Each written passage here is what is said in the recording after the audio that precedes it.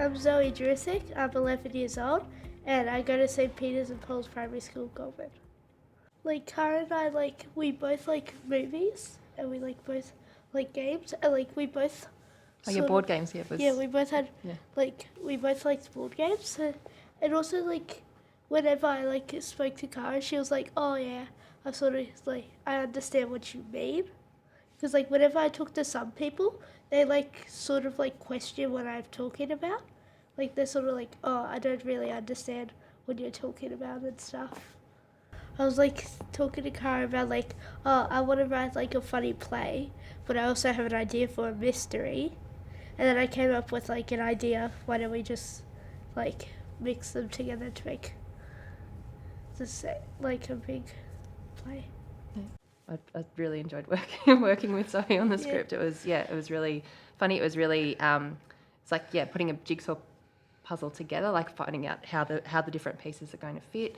I hope the people laugh to make sure it's funny enough, and also sort of feel how the characters felt in the story. Yeah, I can remember a few. I remember one of them was jealousy. What was that one? So you had jealousy. Jealousy. There was apprehension about technology was sort of what be careful on the internet and stuff like that. Yeah. And what was our last? What else was there? We wrote a whole paragraph about it. Yeah, we jot down our ideas of the themes, and now we forgot them.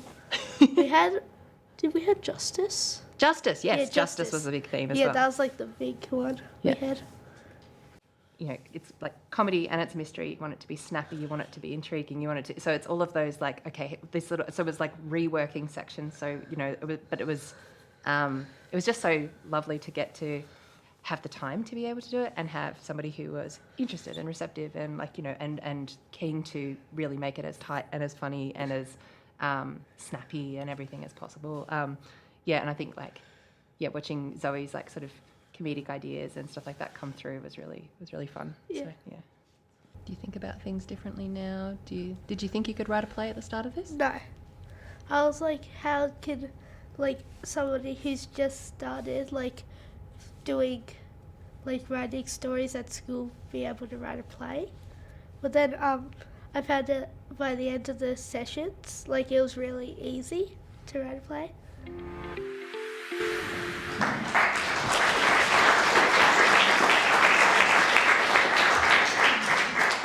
The Case of the Missing Brain Cells by Zoe Jurisic.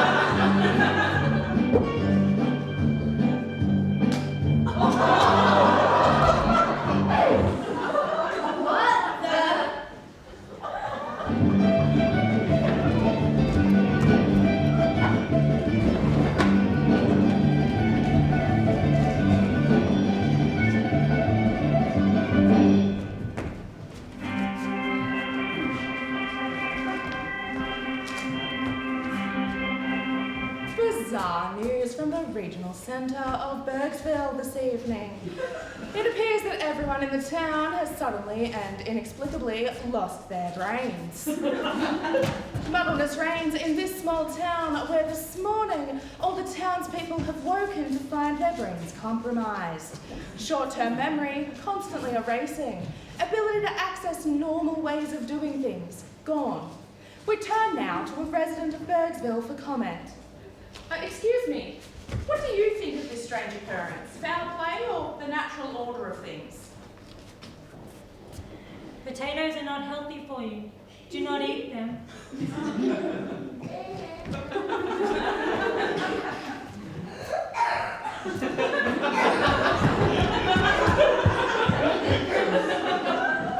Yes, well, the real question is, for the brainless residents of Bergsville, is there anyone who can possibly save them and restore them to the land of the brained?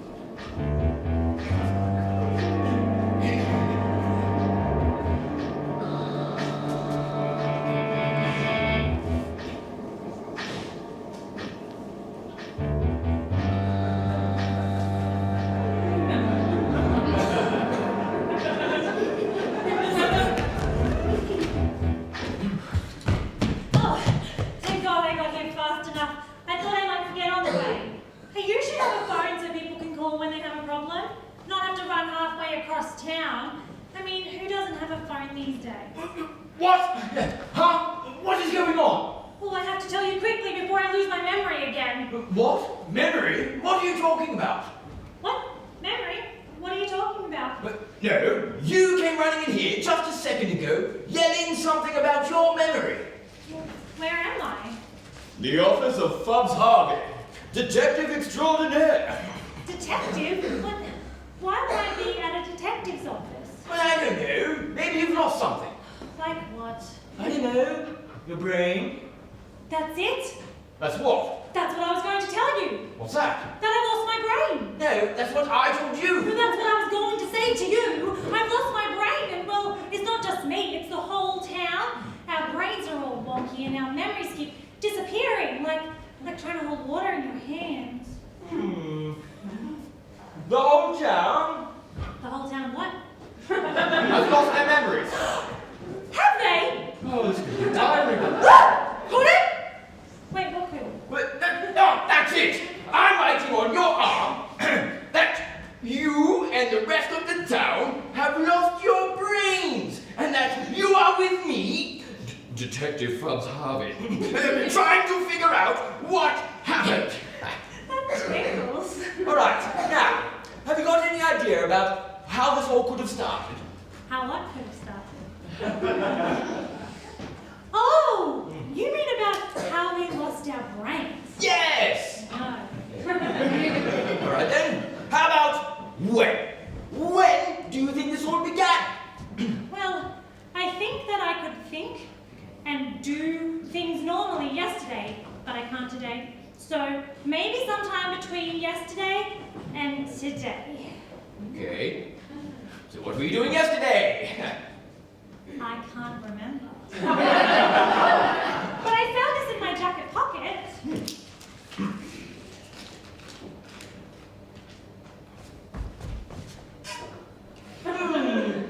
Seems to be a receipt made out to a burb lunch money. Oh wait, I think that's me. Yeah. A receipt made out to you for yesterday's date.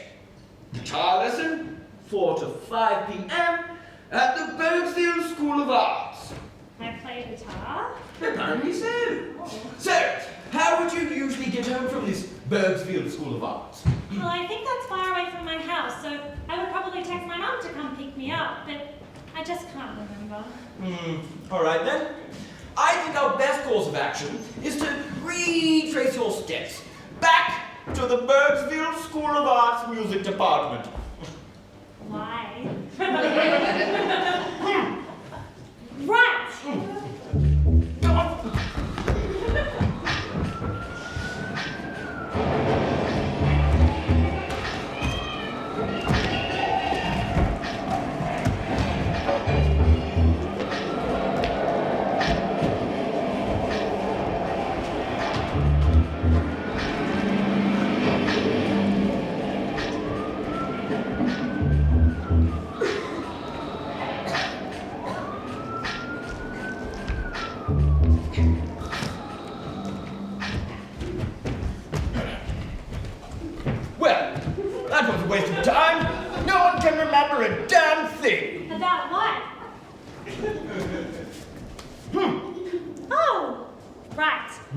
Yeah! Yeah, isn't it frustrating when people can't remember anything? You're telling me. Anyway, we must be on the lookout for clues. Oh, look! It's a clue. What? No, I didn't mean just pick up any old piece of rubbish. The Destroyer. Well, I doubt that has any relevance to our case. It's What? a business card. It says she's a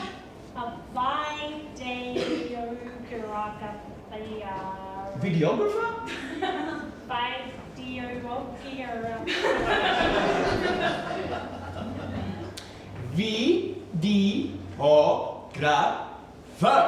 Yeah, well, what do they do? Well, they are somebody that makes videos. I still don't get that. It doesn't matter anyway. Just a bit of rubbish. Wait, video. There was a video. What? What are you talking about? Yesterday, I think. I was texting my mum when a message popped up on my phone with a video. Show me this message. Oh, well, there's the message, but the video's gone. I'm sure there was a video. Anyway, I guess that explains something. Explains what? You. Me what? Well, you didn't lose your brain. It's because you don't have a phone. And, well, whatever seems to have happened to our brain seems to have something to do with this phone message. Ah, yes, of course! Well detected, Bob! Well, we should talk to her. To whom? To the Videographer. Yeah, the videographer. Well, they might know how to make a video that wipes people's brains and then disappears. Well, I mean, that's highly unlikely It that says someone... that she has an office at the School of Arts Media Department. Look, Bob! I just don't want you to get your hopes up!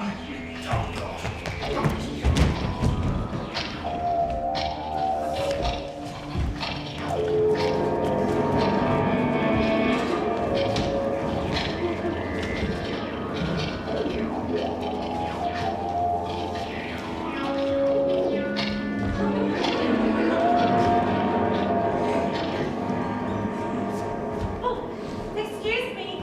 Are you the Destroyer? That's Professor the Destroyer to you. Interesting. What's interesting? Well, you seem to remember your name. No prompting, you just remember it. Doesn't everybody? Well, not today they don't. Everyone in Berksville's lost their brains, but you haven't. What are you suggesting? Well, it seems that everybody in Berksville may have received a video on their phones yesterday evening that, well, made them lose their minds. And if you are unaffected by this wave of brainlessness, perhaps you had something to do with, well, the making of it happen. How dare you suggest I had something to do with it? Well, I mean, I had everything to do with it. What do you mean? I designed the video using a complex matrix of subliminal messaging and brainwalking programming, and queued the video up at precisely 5:05 p.m. yesterday afternoon to every resident of Berksville. You did? I did. Why? Why does anyone do anything? Money. You were paid to make the video. I was? By who? I don't know. Have you lost your memory now? Well, no, it's just that they contacted me anonymously about doing the job. But did they tell you why? Well, just that they had a beef with the people around here. They actually said they tried to wipe their brains themselves, but were obviously too technologically incompetent to do it alone. So they employed my incredible talent for the job. But did they tell you what their beef was? Why they wanted to make the town brainless? No, and I didn't ask. Someone wants to pay me to make a town brainless. I don't ask no questions except, will that be cash or PayPal?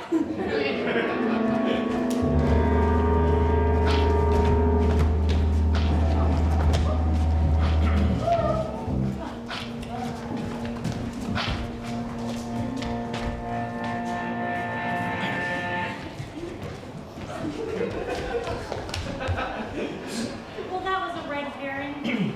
Yes, I agree. Look, I told you, some clues and cases just, well, don't pan out. Maybe maybe you should just forget about trying to solve this whole case. I mean, you'll forget about it in a couple of minutes anyway. Yeah, I suppose so. You know, not to worry.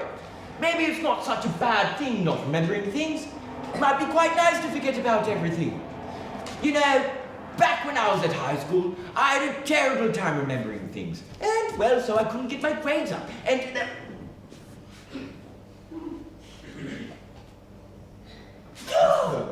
It was you!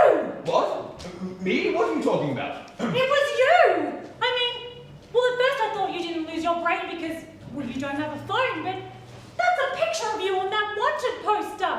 You're wanted for attempted brain meddling, and hey, the Destroyer's business card.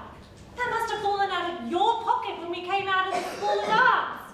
And then you're supposed to be a detective, but you've been trying to get us to give up on solving this case. But it's because you were worried that I would solve it, and then I would know it was you. Well, what do you have to say? Okay, fine. You've got me. Yes, I did it. I was trying to hide my identity so nobody would figure out who I am. Disguise myself as a detective. As someone trying to help Bergsville, when really I was trying to destroy it. Then why'd you do it, Bubs? Well, it goes all the way back to 3rd grade. It wasn't my fault that my brain gets easily muddled and, well, that I forget things. But this one terrible morning, our science projects were due.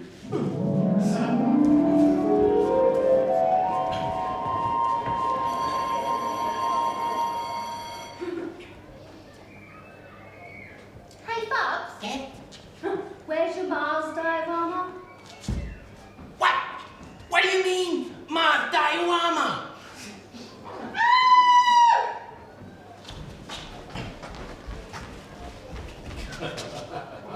Who put this on my desk? Me? What on earth is it? It's my science project. What? How is this a diorama of the planet Mars? Well, it is a Mars bar. Well, it is certainly not a diorama. Funny thing is, I thought you said diarrhea.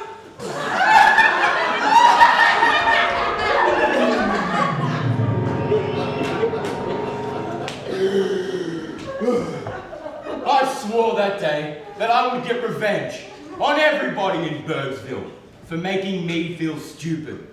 I would find a way to make them feel just as stupid as I did that day. Once I'd worked out what to do, I found Professor the Destroyer and paid her to make the mind-wiping video. Simple as. Oh, revenge is sweet. You won't get away with this, Bubs, Harvey. Oh, but I've already gotten away with it. Don't you see?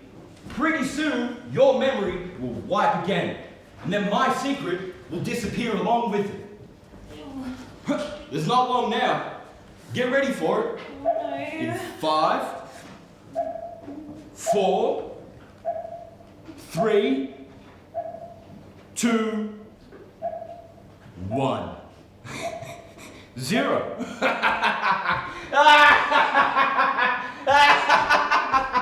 a second. I remember. What? I remember everything. No. How is this possible? Oh, my memories are coming back and my brain's starting to unfuzz. Wait, get off me! No!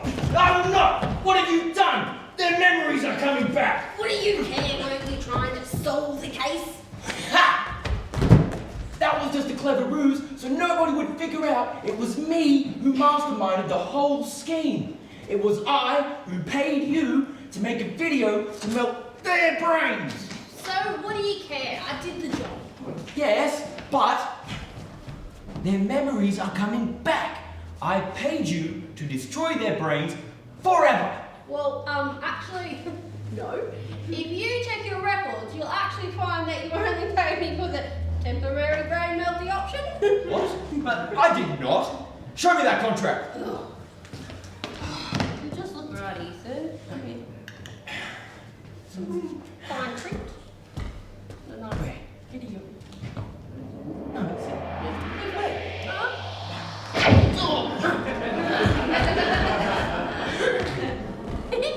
Bubs! Hey, Bubs! Are you okay? Pigeons are spies, so don't look at them in the eyes.